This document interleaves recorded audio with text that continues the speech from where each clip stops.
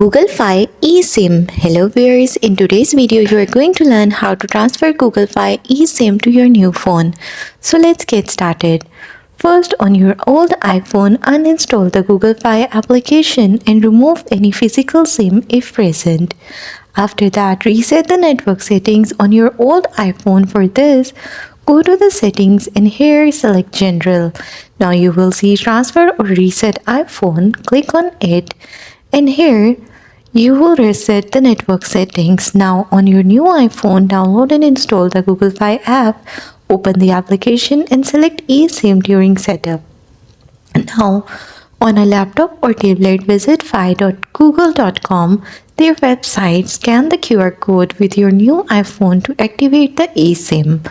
Follow the prompts in the Google Fi app to complete the setup, and then restart your phone or device to ensure everything works smoothly.